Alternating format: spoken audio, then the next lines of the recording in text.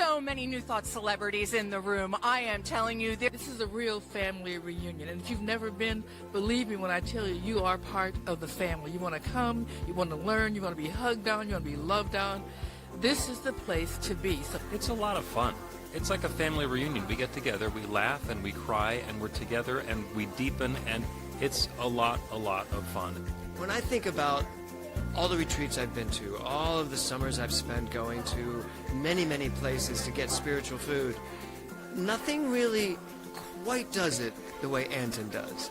There's a family sense here. You come here and you are surrounded by loved ones. It's very much like to see you at the Anton Retreat 2025. There are lots of wonderful surprises.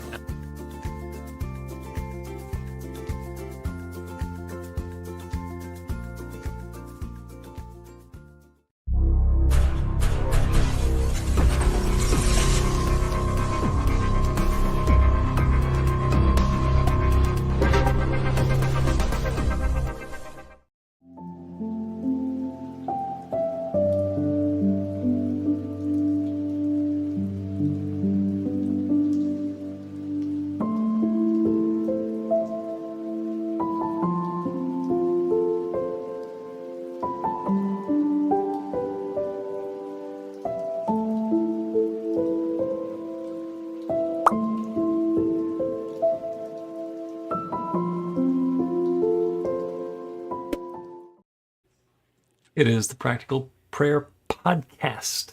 Actually, it's Practical Prayer on New Thought Media Network, in the midst of which we will record an episode of the Practical Prayer Podcast. Didn't want to get ahead of myself too much over there. So, good afternoon, Carol.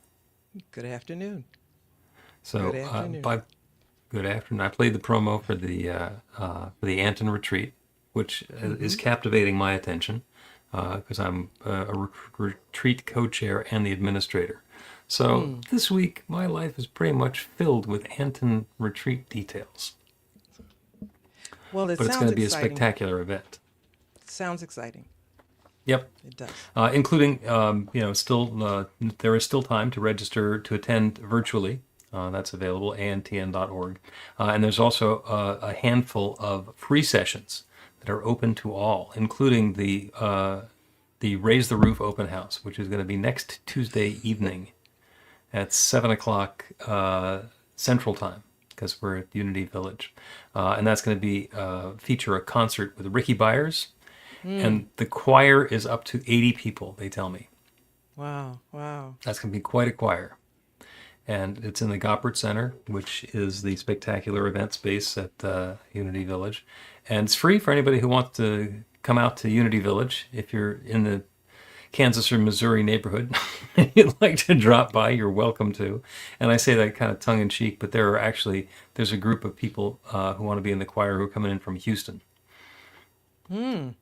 So that's dedication and commitment. And I hear you say, but I'm in the UK, or I have to go to work on Tuesday and on Wednesday. We're going to live stream the Raise the Roof event from 7 to 9 p.m., including the concert. And that's going to be on the Anton Members and Friends live stream, which is one of the channels that we're live streaming to now. So y'all can watch. And it's free. Okay. I love the Raise the Roof. That just... Isn't that fun? It just makes me want to, I think that would be a fun place to be, really noisy. Not just noisy, but exciting. Yeah, I mean, the thing that's going to be live streamed will be wonderful. And then before and after, there's a bunch of fun stuff, too, because there's a vendor fair. They got 16 different vendors selling New Thought and New Age wares in the lobby over there. And then afterwards, there's going to be a candlelight labyrinth walk on the largest stone paver patio or labyrinth in North America. And Anton's specialty is to put the candles out on it. And that's fun. And then there's the Fillmore Cafe is going to stay open late so we can grab a coffee or cocktail. It's going to be a fun time. It's going to be a fun time. So, and if you're just going to stay home and watch on the live stream, you can bring your own cocktail. You're probably not going to build your own labyrinth. I was thinking about that. Yeah, I think about a lot of things like that. And I thought, I wonder, because I'm thinking about being here and being somewhere else. Hmm. And some of those things, like what you just mentioned, I said, now, you see, that's what I do. I need to have that. So, yeah, we'll see. We'll see. Okay. But that sounds amazing. Well, we're going to do another one next year, first week in October. That's going to get announced in the membership meeting, which you can also watch on Zoom, antn.org. You can find all the information about that stuff there. But in the meantime, let's focus on the topic at hand, which is the Practical Prayer podcast, which we're about to record. Oh, and Yeah, yeah, yeah. I've even forgotten to do all of my usual business. If you have a question or comment, you can put it in the comments in your social media that you're watching on in the live stream, and we will respond to you. Or you go to the website at bethelight.com. That's be-the-light.com, just like that. And there's a section of the Practical Prayer podcast, and you can put the question in over there, and we'll answer it at a convenient moment. And we get together every week, and Carol comes up with a topic. And this week we kind of stumbled our way into a topic. So we'll see what it means. And yeah, so you want to start a podcast? I'm ready. Let me see if I can find the appropriate button here. A practical prayer is a prayer that works. These discussions between Reverend Bill Marchiony and Carol Lawrence dive into the details of how it works and how to work it. Reverend Bill is a New Thought minister and the author of Practical Prayer for Real Results. Your new life begins with a new thought. Carol Lawrence is on a spiritual quest, finding the New Thought teaching after decades on the pulpit in 3 different traditional denominations. I've got some questions. Together, they're exploring the philosophy and activities that come together from many of the world's religions to create the practical spirituality that is New Thought.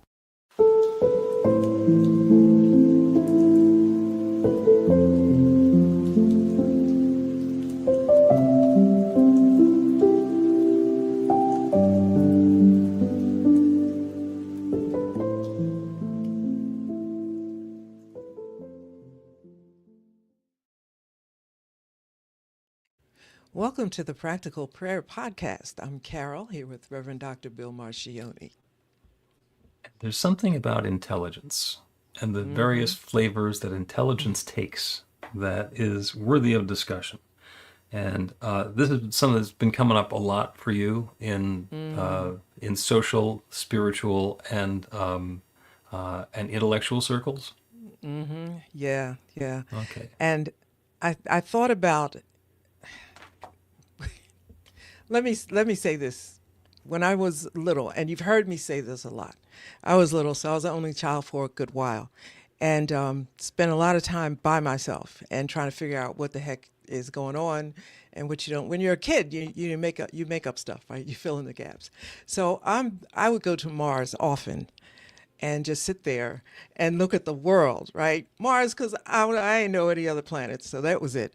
And chaos or whatever might be going on, and I would just imagine how it could be fixed. So I still go to Mars in a different way, but there are times when I'll just say, you know what, I'm just going to Mars. And I look at the world, and it is in such chaos. Not that it hasn't always been, but it's so much more. And we don't need to go into because everybody knows the stuff.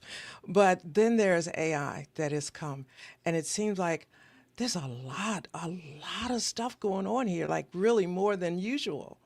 And so I'm sitting on my Mars, and I look back and I'm thinking, what is all this? And nobody's listening. And here's the thing, is anybody thinking? And I don't mean to be negative when I say nobody's thinking. It's that there's like this big storm going on, like the Euroclydon in Acts 27, just stuff going on, all just winds blowing every which way. And I'm wondering, is anybody thinking? So AI has really, come in along with the rest of the stuff that's crazy. And if you're not listening, if you're not thinking, if you're not on your feet, if you haven't had enough sleep, you're not able to distinguish, I think, the crazy from what's good and what's positive, what's progressive, and what could be helpful. And all of it, even AI alone, can be frightening. So if it was nothing but AI entering into our life space, it would be frightening. But wait a minute, what is this exactly? You said, I think you used the term divine intelligence. Mm-hmm. That's where it all begins. So let's start there. And perhaps we can allay some of this fear that we have with artificial intelligence. It really is not artificial, it's divine, right? It's divine. It's artificial if you look at yourself. This is going to be ridiculous, but if you look at yourself from look at it from the external perspective, where things are happening on the outside, okay, then it's artificial. But when you look at it from a perspective of God is everything is God, everything, is God. It's not artificial. It's just created in a different flavor that is more palatable. And so if we each take a little bite of what's palatable to us, it's not that big a deal. It's exciting. It's fun. If you only, I'm going to say this and I'm turning it over to you because you're going to fix all this. So I had a doctor's appointment this morning, and there was some scrambling going on, and this is like a really, this is whatever. And I thought, AI would fit in here, just perfectly smooth out some of this. And so it's like, take your little piece. Don't get all freaked out about it. Artificial intelligence is not going to, you're not going to die. It didn't come to kill you. It didn't come to take your life. Just pull out your little piece, and maybe it will work to help your dream come true. Do you know? Because it's God, right? It's divine. It's God. So it's got to be good. You got to bite off your piece and see how it works. Okay, so now you fix it all up. Yeah, now I'm going to fix it all up. Okay, so we're going to do this by analogy because artificial intelligence and divine intelligence is really too big to have a casual conversation about. So the first point that I want to make is that God loves us so much that God doesn't care what we do to ourselves and each other. That's unconditional love. You love on each other and you live in happiness and harmony, God loves you. You create chaos and turmoil and vast swaths of destruction. Unconditional love says God still loves you. So we don't get the easy way out by saying God would never let this happen. The reason that I bring that up is because all of the things that are happening, including artificial and authentic intelligence, the twin AIs, are self-created. So, for example, artificial intelligence, this AI craze is awesome, and it's capable of doing things that we just didn't understand. You can say, summarize this book for me, and it will in seconds. You don't even have to read the book. You can read the summary. Or just hand the summary in. That's what some people are doing at this point. And it works, and it's very powerful. And there's another question there, which is this a good idea? Is this the right thing to be doing? Because if somebody, for example, is a student, and they're going to school to learn, and they give their homework assignment to ChatGPT, which then does the homework, are they getting what they need to be getting out of their education? Could they be spending their time, money, and attention on something different? Well, perhaps. And that's why all of this stuff comes down to a good news, bad news situation. So the analogy is the classic old knife, a nice sharp knife. Okay? In one set of hands, it's going to cut up a steak or carve a turkey and be a wonderful celebration.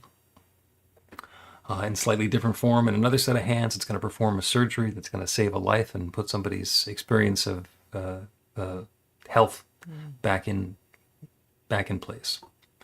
And in a different set of hands with different intention, it's destructive and lethal and can cause a lot of turmoil. The reason that I bring this up is because when we look at AI and try and say it's good, it's divine intelligence showing up in this new form and we get to use it, the answer to that is yes. And there are ways that we can use it appropriately.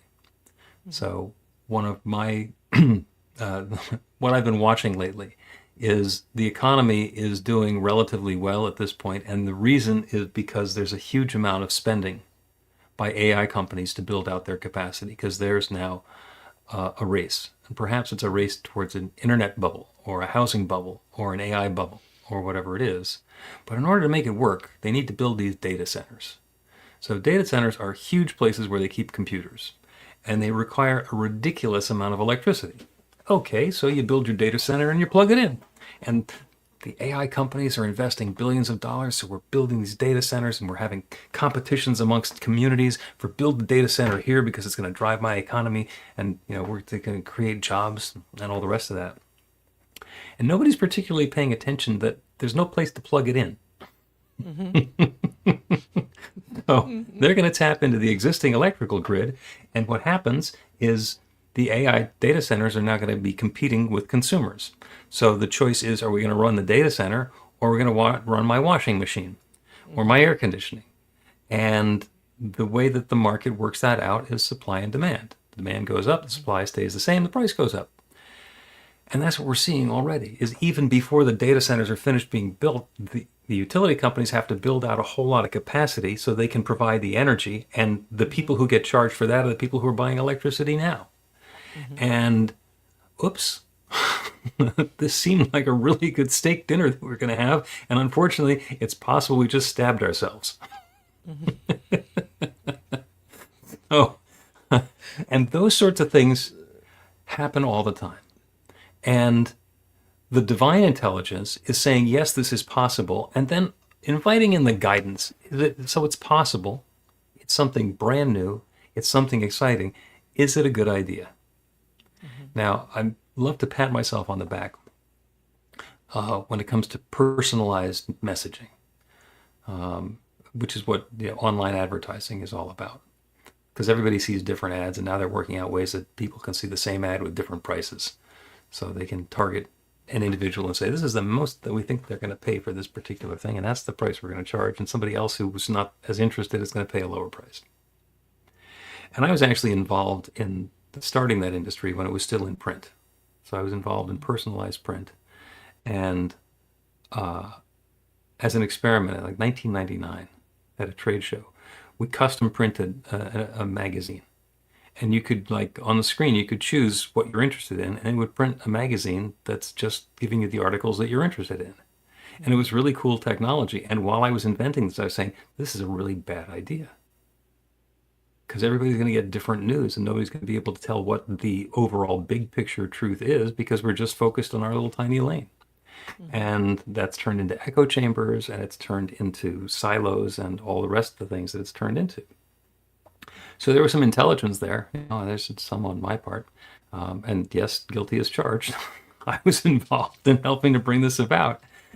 And there's an opportunity to think about it, to consider, to look at the bigger picture and say, I can do this. Is it a good idea?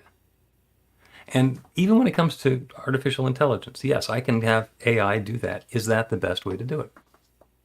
And I have a whole bunch more I can say about AI and what the answers wind up being, but I will take a breath, because the next thing you're going to say is, that's a lot.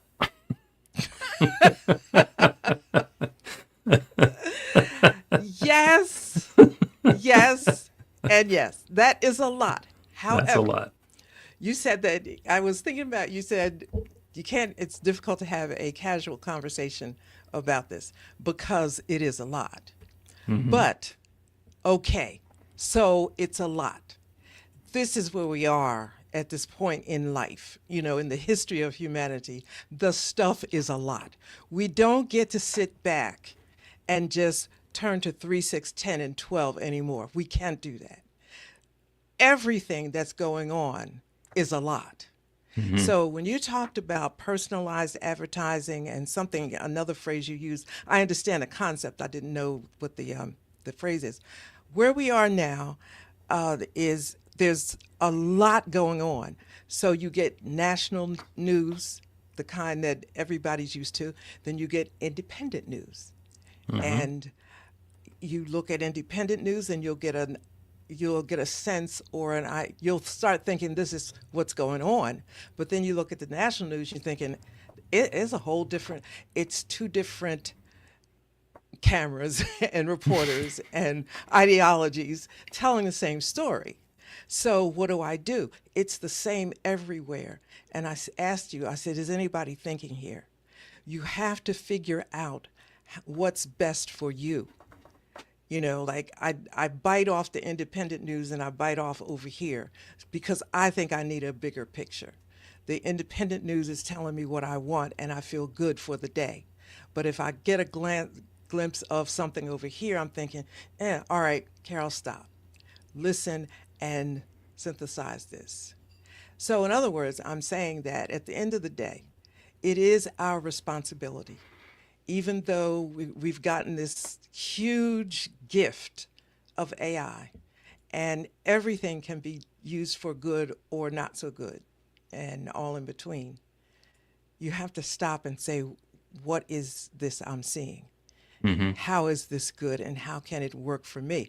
For example, with all that's going on, here's what I tell my kids and anybody else that asks my opinion. We have a window. Well, how much of a window we have? Don't worry about it. Just get on it. Think about what's good for you, right? Your finances are all screwed up right now. Well, while your finances are all screwed up, and as you said, things are going fairly well, see how you can straighten it out, okay? So if you have a window that's 30 days, fine. If you have a window that's 6 months, fine. What's the difference? You got to get your stuff. There's a point at which you have to stop and take responsibility and call on that infinite intelligence that is available to you, because all of this is much. Mm-hmm. It's a lot. And, you know, you could be overwhelmed and just pass out. Well, don't do that. Just take a piece, digest it. Okay, how does this work? How does that work? Otherwise, you'll get overwhelmed. I don't think life is ever going to not be a lot anymore, at least in our lifetime. I think that's true. And I'm thinking of a whole bunch of different things to say, but let's take a break and then continue saying them. Learn to put practical prayer to work in your life. The steps are simple to learn and let you begin to get real results to create the life of your dreams immediately. Reverend Bill Marchiony's widely acclaimed book, Practical Prayer for Real Results, gives you a clear summary of the New Thought principles behind practical prayer and the series of easy-to-understand steps found in the most effective prayers from religions and spiritual practices all over the world and throughout history. Practical prayer is not a replacement for your religion or practice. It's a technique to make the work you do in consciousness even more effective. The book includes 40 prayers on various topics that you can adapt as needed and use as your own. Practical Prayer for Real Results is available in paperback, Kindle, and audiobook on Amazon or at b-the-light.com. That's b-the-light.com. Welcome back to the Practical Prayer Podcast. I'm Carol, here with Reverend Dr. Bill Marchiony. We're talking about intelligence, divine, artificial, authentic, and otherwise. And somebody did a survey in the last 10 years. And the survey question is, do you believe that humanity is taking more resources out of the crust of the earth than are being replaced? And uniformly, everybody says yes. Everybody says, yes, we're taking more out of the earth than is being replaced. So, and that's in the form of minerals and oil and all of it. And everybody agrees on that. And then the disagreement becomes, well, is that bad? Is that causing climate change? Is that going to damage the environment? And what is that going to do to my business and my livelihood? Because I'm really living a comfortable lifestyle by having a car that gets pretty good gas mileage, but is still putting carbon out into the yada, yada, yada, yada. Wind back 300, 400, 500 years to when the Europeans first got to North America, and they wanted to buy the land from the Native Americans who were living here, and they just laughed. Like, what do you mean buy the land? You can give us the trinkets, but we're in a partnership with the land. They didn't get it. They didn't understand the sort of pillaging that could happen to their environment. And that pillaging has been going on for an awfully long time. Is it a good idea? Is it possible that the perspective of we're in partnership with the land and we can all eat really well if we like basically catch a buffalo and then eat it, and then when we're hungry again we catch another buffalo, instead of making this massive system out of feeding lots and lots of people? And by the way, we used up all the buffalo.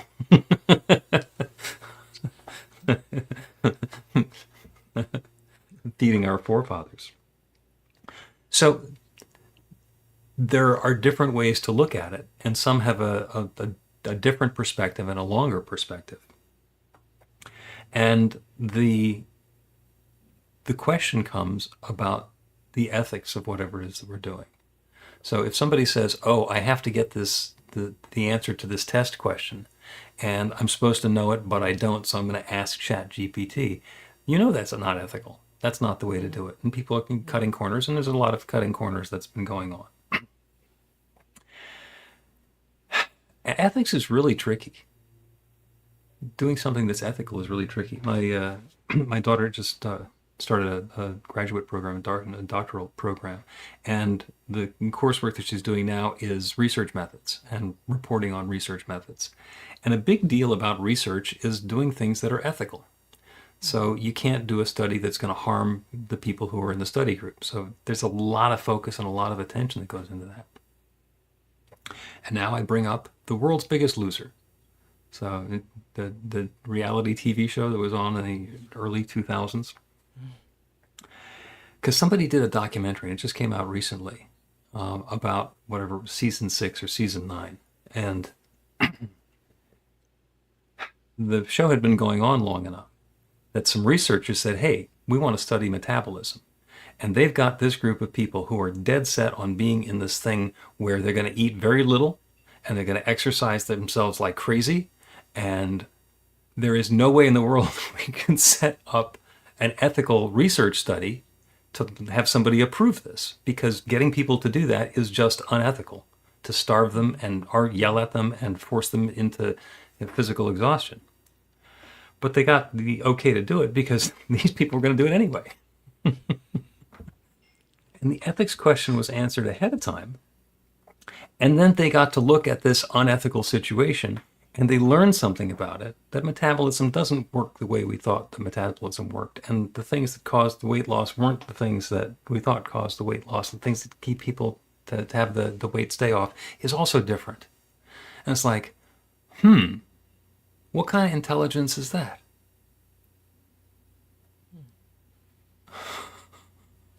And the answer is the intelligence is available everywhere. And sometimes we get to stop and listen and do something that's going to be ethical and do something that's going to be reasonable, even if it's counterintuitive, even if it goes against what we originally thought.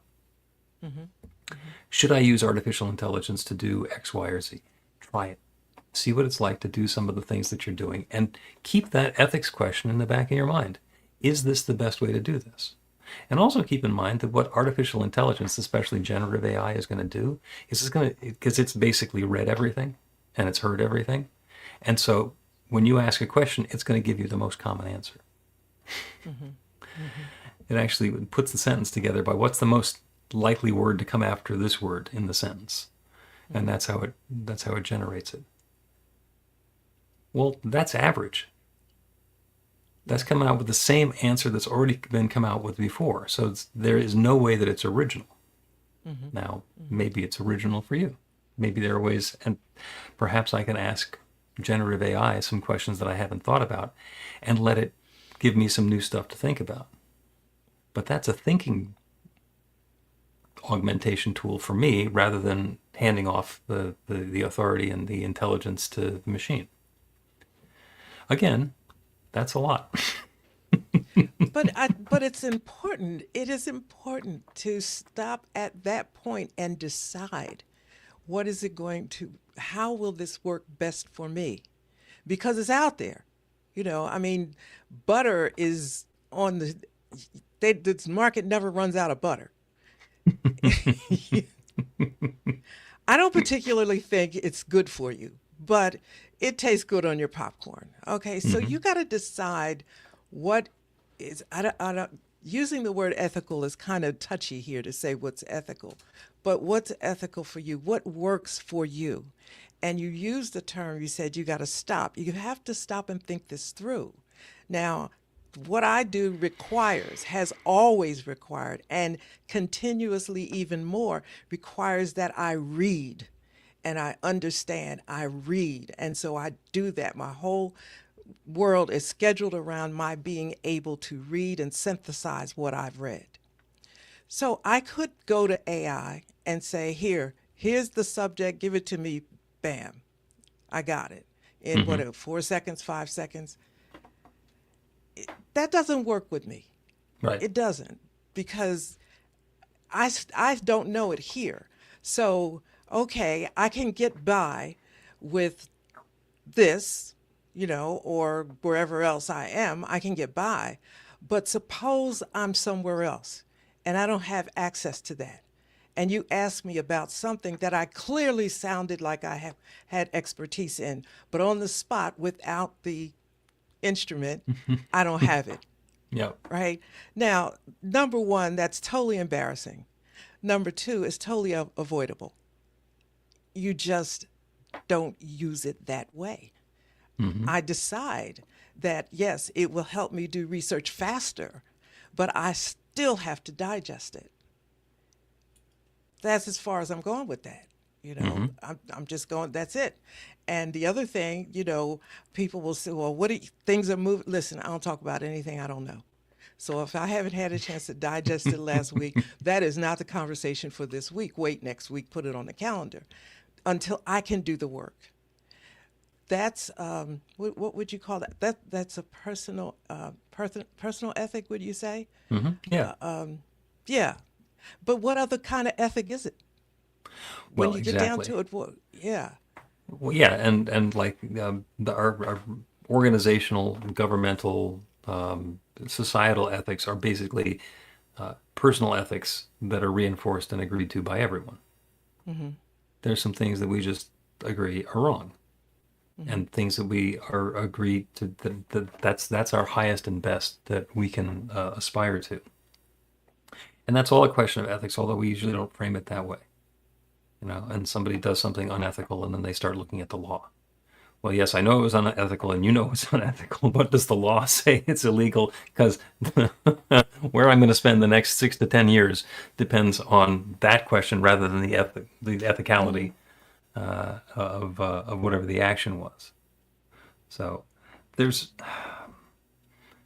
just for fun, I had ChatGPT write a sermon for me. Didn't use it.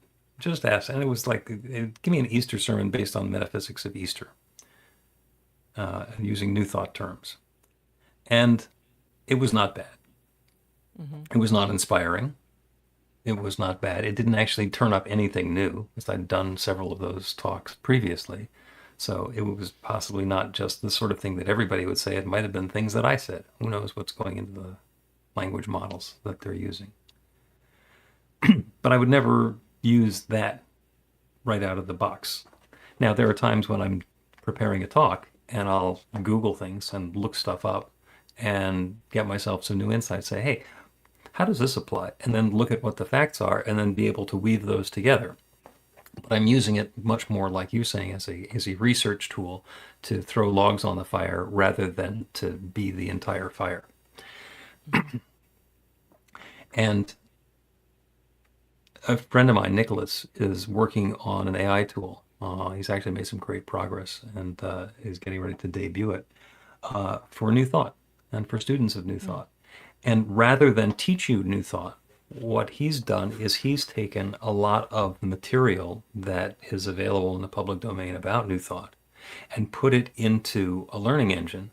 So you can then go in and find out what Ralph Waldo Emerson and Emma Curtis Hopkins and Thomas Troward had in common. What are the things that they said similarly? What are the things that they said differently? Does this group think about this or that? And it's the same sort of research that you do all the time, because you have these conversations with your ascended masters and you let them argue with each other. That's because you've done the same amount of learning, and you can do that in your own using protein-based intelligence to put those pieces together, and it serves as guidance. So you can say, oh, okay, so if I'm going to talk to somebody about that, I'm going to teach a class about this, this is some of the commonality that I can point out. This becomes a resource that I can use and channel into my life, into my experience, into my work. But it's different than just clicking the go button and letting the machine drive the whole conversation. Mm-hmm. And it's how you feel about it, and this is really going back to, you remember we talked about the work that you have to do in terms of your own self-development and your own spiritual elevation and all those fancy words that we can use. It's who you are, and everything that I do, and believe me, like I'm stumbling all over the place. So I'm not saying that I'm perfect. I'm saying, the only yardstick I have is me. So what makes me feel okay and good and positive and empowered is that I know what I know, and I know how to find it. You know what I mean? I guess because I've been on this track for so long, I know what I know, and I know how to get what I need to get. And then if I sit still and meditate and do all the things that I do, I'm going to hear from my ascended masters, and I have my definition of how they come, and others, it doesn't matter. I get it. I get it. And I'm learning to get that information from a number of different ways. And I even at some point I picked up a new tool, and I felt very unsure about it, and listen to this now. I'm feeling, is this ethical? Is this whatever? Should I do this? And I sat there and I said, Spirit, I'm just not sure about this. And here's what came back to me. Carol, if I put a monkey wrench in your hand, you would still use it to do what you do. What's the point? I laughed so hard, and all of a sudden that thing that I wasn't concerned about just became a tool like anything else, and so I use it. Mm-hmm. But it starts with you and who you want to be, who you think you are, what's good for you, what works for you. And then what comes into your space, if it doesn't matter, you're not going to feel, you'll feel a resistance to accepting it. Mm-hmm. Does that make sense? That makes perfect sense. And in fact, we're going to take another break, and then that's what the prayer for this episode is going to be about. Because God knows what's ethical, and we can ask. Mm-hmm. Get inspiration in an instant. God calls are the gentle and uplifting moment of truth to help you remember that the bright light of God's love is shining right now as you. It's your God Call with Reverend Bill. Start your 2-week free trial today, and you'll get a phone call 4 times a week from Reverend Bill with an uplifting half-minute message filled with insight, wisdom, story, and fun. Let your light shine. You can answer the call to listen to it live or let it go to voicemail so you can hear it later. After the free trial, your subscription is just $5.95 a month. The details are at godcall.org. God calls are disruptive, intentionally. Whenever you write something, put on a gold star. They take you away from your routine to remind you about the truth of who you really are. They come at random times between 8:15 a.m. and 6 p.m., so you won't be expecting them. And somehow, the message is exactly what you need to hear at the time. Magic is loose in the world. It's a moment of motivation in the middle of your day. Find out more and start your 2-week free trial now at godcall.org. Welcome back to the Practical Prayer Podcast. I'm Carol, here with Reverend Dr. Bill Marchiony.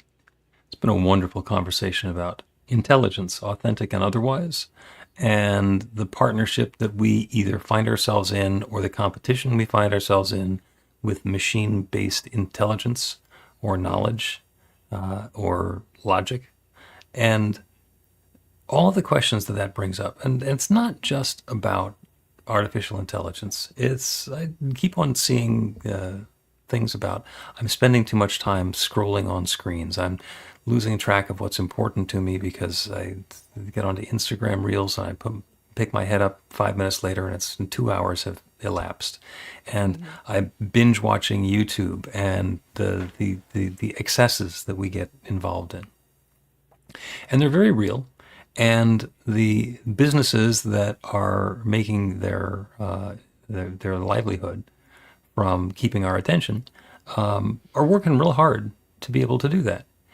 And our responsibility, our opportunity, is to be clear about what's good for us. And that applies in the areas of what's the ethical way of using artificial intelligence, or is it worth doing anything at all with? What's the right content about my personal life to post on social media? Who should I listen to when I'm just doom scrolling around and trying to find the news? Is it news just because it showed up in my feed, or is there some step that I get to take? There's a lot of implications in there. The prayer today is about divine guidance, because there is one infinite intelligence. There is one mind, and that one is sharing itself as all of its creation. It's one mind, it's one energy, it's one love, it's one life. It is one infinite presence, individualized in all sorts of different ways. And those ways include me and each one who is listening to this prayer. And that intelligence, that infinite intelligence that knows everything, that is the font of all knowledge, that is the same mind with which we are each thinking. And if it's possible anywhere, it's possible everywhere. If something can be known at all, it can be known anywhere, and it can be known to us. Insight and intuition are knowing something without knowing why we know it. So rather than trying to figure it out, which is fun, and our ego tells us that we're really good at it and smart, and isn't that great? Instead of figuring it out, we can go within and turn our attention away from the world around us to that infinite intelligence, that divine power and presence that abides within, that bright light of God's love that is shining now as each of us. We are each an individualized human life, and we know how we got here, but we have no idea how to create a human life except by starting with another human life or two. That infinite creative power that has created everything has created each of us, and it continues to create. It knows how to do all this. It knows all of the answers. It has all the insight. So as we let go of our attachment to that which we want, which we prefer, we let go of the how and the timing and the insistence that it be our way. We can ask that question. Is this my next best step? What is my next best step? Is this ethical? What is the highest and best that I can do for myself and those around me? And in fact, all of humanity, in this next activity, in this next moment. To pose these questions and know that that infinite intelligence is available. It is sharing itself now and continuously as and for and through each of us, and that guidance is available. So as each of us opens to that guidance, the insight, the wisdom, the knowledge, the knowing of that next perfect step is made clear. And it doesn't need to be subtle tea leaves. It doesn't need to be little tiny hints. It can be a bright light and an obvious sign. And that's what I'm claiming for each of us. That next perfect step being revealed in a way that is so completely clear and obvious. And I know that that infinite creative power that creates everything is creating this goodness, this newness now, as and for and through each of us. I'm so, so grateful for it. I'm grateful for the good that's coming into the world by means of us. I'm grateful for that new uplift as we take those next best steps. I'm grateful for the awareness of this creative process and the ability to speak this word and release it into that creative law. And so with gratitude for all of this good, I speak this word and I release it into that creative law. And I know it's already saying yes, and the good is at hand. And so it is. The Practical Prayer Podcast with Reverend Bill Marchiony and Carol Lawrence is a production of BeTheLight.com. be-the-light.com. Where you can find more information about practical prayer for real results. Our theme is by Music of Wisdom. You can learn about the spiritual community of New Thought Philadelphia with daily guided meditations, weekly celebrations of spirit, and Reverend Bill's classes in practical spirituality at newthoughtphilly.org.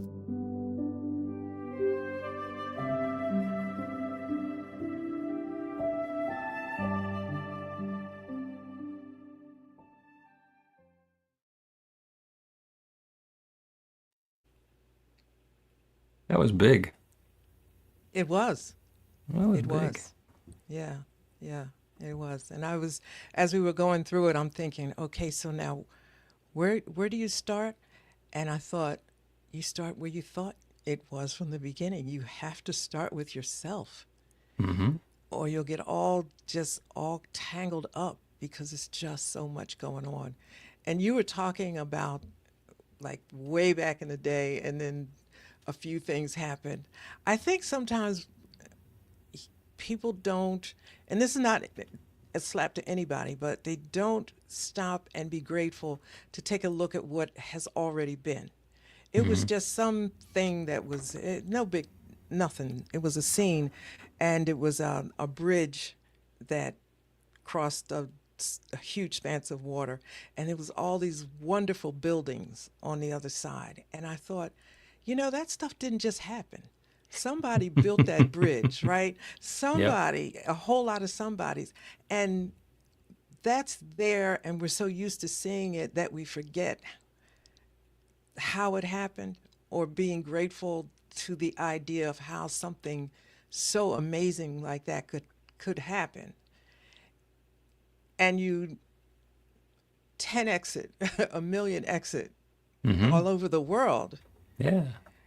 And so when you think about that, these things that you get all freaked out about aren't that big, right? They're just in the present moment. But there is so, like, how can you look at what has already been, the magnificence of what has already been, and worry about this?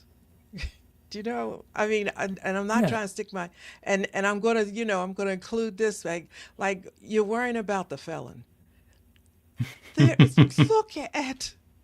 Look at all that. If you're on the side of traditional religion, look at all that God has done, and you're worried about the felon, okay? Or you look at it from another perspective of all the possibilities and all the energy that's out there that can be threatened. Okay, so there's the felon. Okay, God, show me how this one's going to work out. You don't even have to show me. I know it's going to work out, Right. because this is 2025. I got on the scene a few years ago. Okay, Spirit doesn't have to show me anything. I already know. Yeah. This is going to be whatever it's going to be. And I was sharing that with a bishop. I can't get some of my friends to see a bigger picture, so I give up trying. But they said, yeah, I know, I see all that, but what about all the damage? Now if I say there's collateral damage whatever, that sounds insensitive. I don't mean it like that. I'm all the way at the end. This Felon 36 is not this is not the end of the world. The felon will end before the end of the world. Yep. We can agree with that. I guess that's true. Unless unless you're believing in the rapture any second. But for the most part, the end of the world is not going to happen in our lifetime. Yeah, and if the end of the world happens, it might just be a planet that's no longer supporting human life. And, from a selfish standpoint, I think that would be bad. But that is simply an opinion. There are people who have looked at humanity and said that's basically the infection that's ruining Earth. Oh, listen, I heard a little thing. I think it was it about butterflies? It was something I was rushing this morning. I heard it. Bees, I think. If they took away all the bumblebees, we only have about 4 years before we're extinct. So those are realities, right? Those are possibilities. So, okay, there's a lot of possibilities for our extinction. Mm-hmm. So while we are waiting for the extinction, how about you get yourself in order in case we go on? Yep. Pick up a sharp knife from on the handle end. You ever see somebody walking down the street with the phone is on in their pocket? You can see the screen through their pocket. Yeah. Can you imagine if we had lightsabers? I mean, Yeah. it seems so cool, but then you realize, wait a second, people are putting those things in their pocket when they're on.